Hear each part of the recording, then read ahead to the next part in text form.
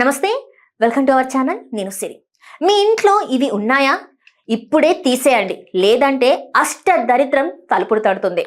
ఇల్లు అంటే కేవలం ఇటుకలు, ఇసుక, సిమెంట్ మాత్రమే కాదు. అది కుటుంబానికి శాంతి, భద్రత, శుభ శకునాలకి కేంద్రం. అలాంటి ఇంట్లో మనం తెలియక చేయించే చిన్న చిన్న తప్పులే పెద్ద సమస్యలకి కారణమవుతాయని అంటే వాస్తు నిపుణులు అవునని అంటున్నారు.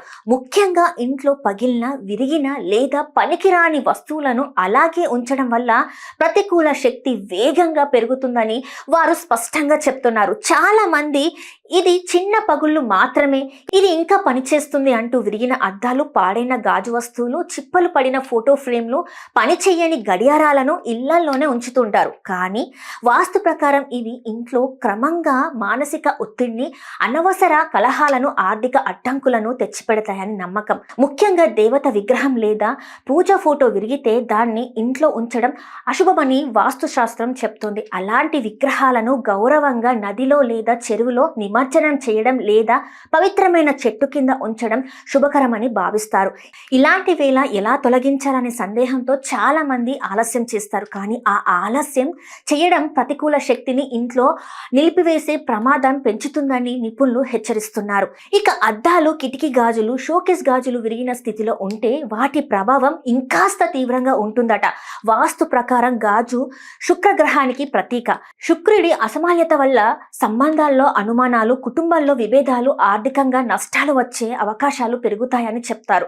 అందుకే పగిలిన గాజు వెంటనే ఇంటి నుంచి బయటకు తీసివేయాలని సూచిస్తారు.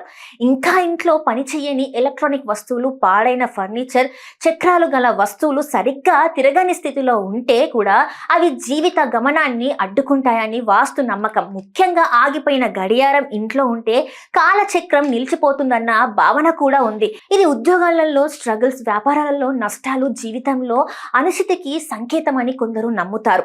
ఈ విషయాలన్నిటికీ శాస్త్రీయ ఆధారాలు ఖచ్చితంగా లేకపోయినా ఇంటిని శుభ్రంగా, క్రమంగా పనికిరాని వస్తువులు లేని వాతావరణంలో ఉంచుకోవడం వల్ల మానసిక ప్రశాంతత లోపిస్తుందని నిపుణులు ఒప్పుకునే నిజం. నెగిటివ్ ఎనర్జీ అన్న భావన ఎంతవరకు నమ్మకమైన, చెత్త, విరిగిన వస్తువులు ఇంట్లో లేకపోవడం ఆరోగ్యానికి, మనసుకి శుభప్రదమే. కాబట్టి ఇల్లు కేవలం నివాసం కాకుండా శుభశక్తికి కేంద్రంగా మారాలంటే ఈ రోజే ఇంట్లో ఒక్కసారి చుట్టూ చూసి పనికిరాని, విరిగిన వస్తువులకు శాశ్వతంగా గుడ్ బై చెప్పడమే మంచిదని వాస్తు నిపుణులు సూచిస్తున్నారు.